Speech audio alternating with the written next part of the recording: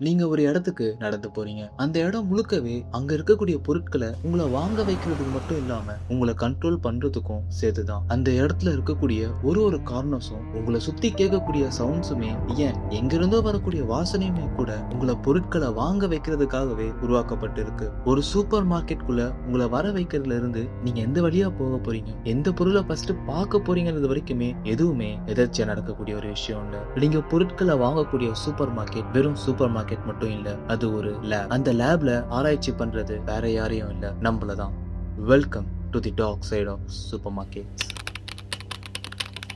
நீங்க ஒரு super market உள்ள போயிட்டீங்க. அங்க நீங்க ஃபர்ஸ்ட் நோட்டீஸ் பண்ணக்கூடிய விஷயம் என்ன? ஃப்ரெஷ்ஷா இருக்கக்கூடிய பூக்கள், ரொம்பவே பிரைட்டா இருக்கக்கூடிய பழங்கள், அப்படியே சைட்ல பாத்தீங்கன்னா கலர்ஃபுல்லா இருக்கக்கூடிய காய்கறிகள். இதெல்லாம் ஏன் எப்பயுமே முன்னாடி வச்சிருக்காங்க? நம்ம அந்த மார்க்கெட்டுக்குள்ள வரும்போதே அங்க இருக்கக்கூடியவங்க நம்மள அவங்களோட கண்ட்ரோல்ல எடுக்கதான். எப்பயுமே நீங்க சூப்பர் மார்க்கெட்டுக்குள்ள போகும்போது உங்களை நேச்சுரலான பொருட்களை வச்சுதான் உங்களை ஹெல்த்தியா வர வைப்பாங்க. இதுக்கான காரணம் நம்ம மூளை தான். நம்ம பிரெயின் எப்போ ஒரு விஷயத்த பார்த்து அது ஹெல்த்தின்னு ஃபீல் பண்ணிடுச்சுன்னா நம்ம பிரெயின் நம்ம கண்ட்ரோல்ல மீறிடும். நீங்க சூஸ் பண்ணக்கூடிய பொருள் அது எதுவா இருந்தாலும் அதுதான் பெர்ஃபெக்ட்டான ஒரு சாய்ஸ்னு நம்ம நம்ப ஆரம்பிச்சிடுவோம். இதனால உங்க ட்ராலி கூட ஃபுல் ஆயிடும். ஆனா நீங்க உள்ள வரும்போது இதுதான் வாங்கணும்னு நினைச்சிட்டு வந்திருப்பீங்க. அந்த பொருள் மட்டும் இல்லாம அது கூடவே சிப்ஸ், சாக்லேட்ஸ்னு மற்ற பொருட்களோட தான் வெளியே வருவீங்க. நீங்க எந்த சூப்பர் மார்க்கெட்லயாச்சும் அத்தியாவசிய பொருட்கள் ஃப்ரண்ட்ல இருந்து பார்த்திருக்கீங்களா? நீங்க எது முக்கியமா வாங்க வந்தீங்களோ, உதாரணத்துக்கு பால், பிரெட், முட்டை போன்ற பொருட்கள் எல்லாமே அந்த ரோவுடைய லாஸ்ட்ல தான் வச்சிருப்பாங்க. அப்போதானே நம்ம அந்த வழியா போகும்போது அங்க அடக்கி வச்சிருக்க மத்த பொருட்களையும் பார்க்க முடியும். நம்ம எது வாங்கணும்னு பிளான் பண்ணி வந்தோமோ அது கூடவே சேர்த்து நம்ம பார்க்கக்கூடிய சில பொருட்களையும் வாங்குவோம். இப்படி அந்த லாஸ்ட் ரோக்கு போகும்போது மத்த பொருட்களை பார்த்துட்டு போறதுனாலேயே நமக்கு சில கன்ஃபியூஷன்ஸ் உண்டாகுது. இல்ல கன்ஃபியூஷன்ஸை உருவாக்குறாங்க.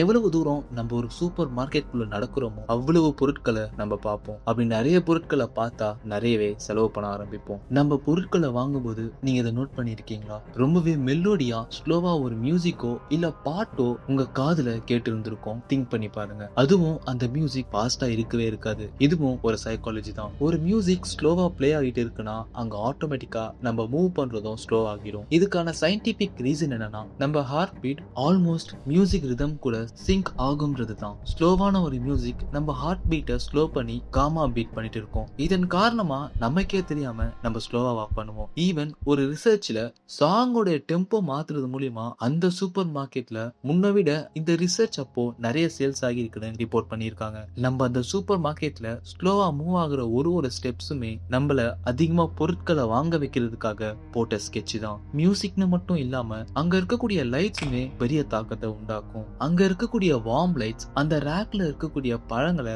தங்கம் போல மினுமினுக்க செய்யும். நம்ம ஒரு கஸ்டமரா அப்படி மினுமினுக்கக்கூடிய ஒரு பழங்களை பார்க்கும்போது அந்த பழம் ரொம்பவே ஃப்ரெஷ்ஷாவும் ஹெல்த்தியா இருக்கிற ஒரு ஃபீலை தரும். அது மட்டும் இல்லாம கோல்டன் லைட்ஸ் கீழ இருக்கக்கூடிய பொருட்களை பார்த்தா இது ரொம்ப ரிச்சான ஒரு பொருள் மாதிரி பிரதிபலிக்கும். எல்லாத்தோடய மெயினா மேல சீலிங்ல பளிச்சுன்னு இருக்கக்கூடிய எல்இடி லைட்ஸுமே ஆஃபர்ஸ் போட்டு இருக்கக்கூடிய போர்டை நல்ல வைப்ரண்டா அங்க பொருட்களை வாங்க அந்த மக்களை அந்த போர்டை பார்க்க வைக்கும். சிம்பிளா சொல்லணும்னா அங்க இருக்கக்கூடிய ஒரு பீம் லைட்டும் அங்க கேட்கக்கூடிய ஒரு சவுண்ட்ஸும் ஏதோ டெக்கரேஷனுக்காக வச்சது இல்ல, நம்மள அவங்க கைக்குள்ள வச்சுக்கதான். ஒரு சர்டன் பீரியட்ல, அதாவது இந்த சூப்பர் மார்க்கெட்ஸ் வந்த டைம்லலாம் கூட மட்டுமே போதுமானதா இருந்துச்சு. சூப்பர் மார்க்கெட்ஸ்லயும் அதை தான் வச்சுட்டு இருந்தாங்க. ஆனா அதுக்கப்புறம் தான் புதுசா ட்ராலின்னு ஒரு விஷயம் ஆரம்பிக்குது. ஃபர்ஸ்ட் இருந்த கூடையை விட பெருசா, இன்னும் பெருசான்னு வளர்ச்சி ஆகிட்டே இருந்துச்சு. நம்ம ஒரு கூடையில பாதி பொருட்களை வச்சா கூட அதுல வெயிட் அதிகமா இருக்கிற மாதிரி ஃபீல் தரும். ஆனா அந்த ட்ராலில பாதி பொருட்களை வச்சா கூடவே அந்த ட்ராலி எம்டியா தான் ஃபீல் ஆகும். எந்த அளவுக்கு பெரிய ட்ராலி இருக்கோ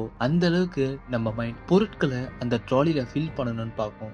இதுக்கு மெயினான ஒரு ரீசன், நம்மள அங்க இருக்கிறவங்க யாராச்சும் பார்த்து தரக்குறைவா நினைச்சிடுவாங்கன்ற ஒரு எண்ணத்துல தான். இந்த ஒரு சைக்காலஜியை வச்சுதான் 2025 காலகட்டத்துக்கு முன்ன இருந்த சைஸை விட ட்ராலி சைஸ் இப்ப பெருசாகி இருக்கு. நம்ம எடுக்கக்கூடிய பொருட்களை வச்சு தள்ளிட்டு போக ஈஸியாவும் கம்ஃபர்டபுளாவும் இருக்கக்கூடிய ஒண்ணுதான் ட்ராலி நினைச்சீங்கன்னா அதுதான் உங்களுக்கு விரிச்ச வலை.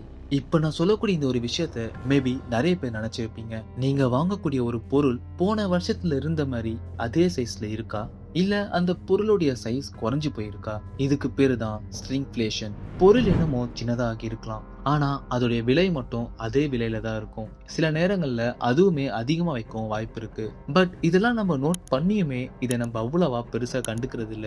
இதுக்கான காரணம் அவங்க வழக்கமா யூஸ் பண்ற அதே பேக்கேஜ் தான். அந்த பொருளுடைய சைஸ் மட்டுமே கம்மி பண்ணிட்டு அதே பேக்கேஜிங் பண்றதுனால நம்ம பிரெயின் ஆட்டோமேட்டிக்கா அதே பொருளை தான் நம்ம வாங்குறோம்னு அந்த பொருள் சின்னதா ஆகியிருக்குன்றதே மறந்துடுவோம்.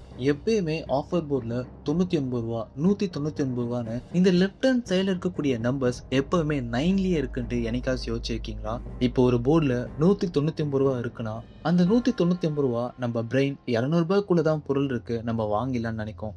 என்னதான் நம்ம ₹1 சேர்த்தா 200 ரூபான்ட்டு அந்த உண்மை தெரிஞ்சாலும் நம்ம மூளை கொஞ்சம் டிஃப்ரெண்டா தான் திங்க் பண்ணும். இதனாலேயே நிறைய பேர் பொருட்களை முந்தியடிச்சிட்டு வாங்கவும் அந்த ஒரு சூப்பர் மார்க்கெட்டுக்கு நிறைய லாபத்தையும் தந்திருக்கு. இதுலயும் இன்னும் சில சூப்பர் மார்க்கெட்ஸ்லாம் செயற்கையா இருக்கக்கூடிய வாசனை பொருட்களை வச்சு அந்த வாசனைய சூப்பர் மார்க்கெட் முழுக்கவே ஸ்ப்ரெட் பண்ணுவாங்க. ஃபார் எக்ஸாம்பிள், நல்லா ஃப்ரெஷ்ஷா இருக்கக்கூடிய பிரெட்டோடைய செயற்கையான வாசனை திரவத்தை அந்த சூப்பர் மார்க்கெட் முழுக்கவே ஸ்ப்ரெட் பண்ணுவாங்க. இதோடைய எஃபெக்டா அங்க பசியோட வந்திருக்க கஸ்டமர் அந்த ஒரு பிரெட் எங்க இருக்குன்னு தேடி போய் அந்த பிரெட்டை வாங்குவாங்க. இந்த ஒரு ட்ரிக் கிட்டத்தட்ட 60% ஆஃப் சேல்ஸ் பிரெட்ல மட்டுமே இன்க்ரீஸ் பண்ணிருக்கு. ஒரு சூப்பர் மார்க்கெட் ரொம்பவே தத்ரூபமா தான் டிசைன் பண்ணிருப்பாங்க. அந்த ஒரு டிசைனே ஒரு zigzag பேட்டர்ன்ல தான் இருக்கும். நம்ம ஒரு ரோக்குள்ள போன உடனே அந்த ரோல இருந்து அடுத்த ரோ, அதுக்கப்புறம் இருக்கக்கூடிய அடுத்த ரோன்னு ஒரு லூப் மாதிரி ஸ்டார்டிங்ல உள்ள போனதுக்கு அப்புறம் அது தொடர்ந்து இருக்கக்கூடிய எல்லா ரோவையும் கவர் பண்ணதும் தான் டைரக்டா நம்ம பில்லிங் கவுண்டர் கிட்ட போற மாதிரி வடிவம் அமைச்சிருப்பாங்க. இதுக்கான ரீசன் நம்ம அந்த zigzag முழுக்க கவர் பண்ணி வரும்போதே நம்மளுடைய ட்ராலி ஆல்மோஸ்ட் ஃபுல் ஆகி இருக்கும். அது மட்டும் இல்லாம ஒருத்தவங்க சூப்பர் மார்க்கெட் வச்சிருக்காங்கன்னா அவங்களுக்கு அதிகமான லாபம் அங்க இருக்கக்கூடிய பொருட்களை கஸ்டமர்ஸ் வாங்குறதுனால அவங்களுக்கு வருமானம் கேட்டா கண்டிப்பா கிடையாது. ஏன்னா இது மாதிரி பொருட்களை கஸ்டமர்ஸ் வாங்குறது மூலியமா அவங்களுக்கு ஒரு 2ல இருந்து 10% மட்டும் தான் ப்ராஃபிட் மார்ஜின் வச்சிருப்பாங்க. ஆனா அவங்களுக்கு அதிகமான ப்ராஃபிட் வர ஒரு இடம் தான் கோல்டன் பிளேசஸ் ஆஃப் ரேக்ஸ். அதாவது இப்ப நீங்க 2 ரேக் நடுவுல போய் நிக்கிறீங்க. லெஃப்ட் ஹேண்ட் சைடுல ஒரு ரேக் இருக்கு, ரைட் ஹேண்ட் சைடுல ஒரு ரேக் இருக்கு. உலகத்துல இருக்கக்கூடிய முக்காவாசி பேர் ரைட் ஹேண்டட் பீப்புள் தான் இருப்பாங்க. இந்த ரைட் ஹேண்டட் பீப்புள் எல்லாருமே மோஸ்ட்லி ரைட்ல இருக்கக்கூடிய பொருட்களை தான் ஃபர்ஸ்ட் பார்ப்பாங்க. அந்த ரைட்ல எந்தெந்த பொருள் இருக்கணும்ட்டு அந்த பொருட்களை இந்த சூப்பர் மார்க்கெட்ல விற்க கூடியவங்களே அதிகமான காசு கொடுத்து இந்த பொருளை நீங்க இங்கதான் வைக்கணும்ட்டு அதுக்கான காசை கொடுப்பாங்க. அதுவும் நம்ம கண்ணுக்கு ஸ்ட்ரெயிட்டா இருக்கக்கூடிய செல்ஃப்ஸ் ரொம்பவே அதிகமான காசு கொடுத்தோம், அதுக்கு கீழே இருக்கக்கூடிய பொருட்களுக்கும் கொஞ்சமான காசு கொடுப்பாங்க. அதுவும் நம்ம கண்ணுக்கு நேரா இருக்கக்கூடிய பொருட்கள் எல்லாமே கொஞ்சம் விலை அதிகமா தான் இருக்கும். அதுக்கு கீழே இருக்கக்கூடிய ரோஸ் எல்லாம் பார்த்தோம்னா மேல இருக்கக்கூடிய பொருட்களை விட கொஞ்சம் சீப்பான பொருள் தான் கீழே வச்சிருப்பாங்க. இதை தொடர்ந்து அவங்க அடுத்ததா வச்ச ட்ராப் தான் கிட்ஸ் கோல்டன் ஜோன். கீழே இருக்கக்கூடிய 2 ரோஸ் முழுக்கவே சாக்லேட், டாய்ஸ்னு குழந்தைங்களுக்கு பிடிச்ச மாதிரியான பொருட்கள் தான் அதிகமா வச்சிருப்பாங்க. அப்பதான் குழந்தைங்க அடம் பிடிச்சி அந்த பொருளை வாங்குவாங்க. அந்த இடத்துல நீங்க தோத்துருவீங்க, ஆனா குழந்தைங்க ஜெயிச்சிடுவாங்க. அது மட்டும் இல்லாம இது மாதிரி சாக்லேட் கேண்டிஸ்ல தான் அதிகமான பெர்சன்டேஜ்ல லாபமும் சூப்பர் மார்க்கெட்ஸ் எடுப்பாங்க. இப்படி நீங்க எல்லா ரேக்ஸையும் கடந்து எப்படியோ உங்களுக்கு தேவையான பொருட்களை மட்டும் வாங்கிட்டு சர்வே பண்ணிட்டு வந்துட்டீங்க. ஆனா ரொம்பவே முக்கியமான ஒரு இடத்துல வந்து மாட்டிப்பீங்க. அதுதான் பில்லிங் செக்ஷன். எப்பயுமே ஒரு சூப்பர் மார்க்கெட்ல பில்லிங் செக்ஷன்ல லைன் இருந்துட்டே இருக்கும். இந்த ஒரு லைன் நம்மள நிறையவே கன்ஃபியூஸ் பண்ண ஸ்டார்ட் பண்ணும். நமக்கு முன்னாடி நிக்கக்கூடிய வேற ஒரு கஸ்டமர்ஸோட ட்ராலியை பார்த்து அவங்க வச்சிருக்கக்கூடிய பொருட்கள்ல இந்த பொருள் நம்ம மிஸ் பண்ணிட்டோமேனு ஓடி போய் அந்த பொருட்களை எடுத்துட்டு வர நிறைய வாய்ப்பு இருக்கு. இதை தொடர்ந்து பில்லிங் செக்ஷன் பக்கத்துல நிறையவே சாக்லேட்ஸும் கேண்டிஸும் வந்திருக்கும். இதுக்கான காரணம் சூப்பர் மார்க்கெட்ல நம்ம காசு கொடுத்து அந்த பில்லை வாங்குற வரைக்குமே நம்மள எப்படியாச்சும் அந்த பொருட்களை வாங்க வைக்க நிறையவே ட்ரிக்ஸை யூஸ் பண்ணுவாங்க. அதுவும் பில்லிங் செக்ஷன்ல குழந்தைங்களை கூட்டிட்டு போயிட்டா கண்டிப்பா அங்க இருக்கக்கூடிய சாக்லேட்டை நம்ம வாங்கி இருந்திருப்போம். நெக்ஸ்ட் டைம்ல இருந்து நீங்க சூப்பர் மார்க்கெட்டுக்குள்ள போறீங்கன்னா இதை மறந்துடாதீங்க. அங்க இருக்கக்கூடிய எந்த பொருளுமே எதர்ச்சியா வைக்கக்கூடிய பொருள் இல்ல. ஒவ்வொரு விலையுமே, ஒவ்வொரு சவுண்டுமே, ஏன் ஒவ்வொரு வாசனையுமே உங்களை பொருட்களை வாங்க வைக்கிறதுக்குன்னே உருவாக்கப்பட்டு இருக்கு. நீங்க பொருட்களை மட்டும் வாங்க போல அவங்க போட்ட ஸ்கெட்ச்ல நீங்க மாட்டீங்களா இல்லையான்ட்டு ஸ்டடி பண்ணிட்டே இருக்காங்க. அது மட்டும் இல்லாம உங்களுக்கு எந்தெந்த பொருள் வேணுமோ அந்தந்த பொருளை மட்டும் வாங்கிட்டு அங்க இருந்து ஸ்ட்ரெயிட்டா பில்லிங் செக்ஷனுக்கு போயிடுங்க. இந்த வீடியோ எப்படி இருந்துச்சுன்னு கமெண்ட் செக்ஷன் லீவ் பண்ணுங்க. உங்களுக்கு வேற எதனாச்சும் கண்டென்ட் பேசணும்னா கமெண்ட் செக்ஷன் லீவ் பண்ணுங்க. அடுத்த ஒரு பேங்க் வீடியோல பார்க்கலாம்.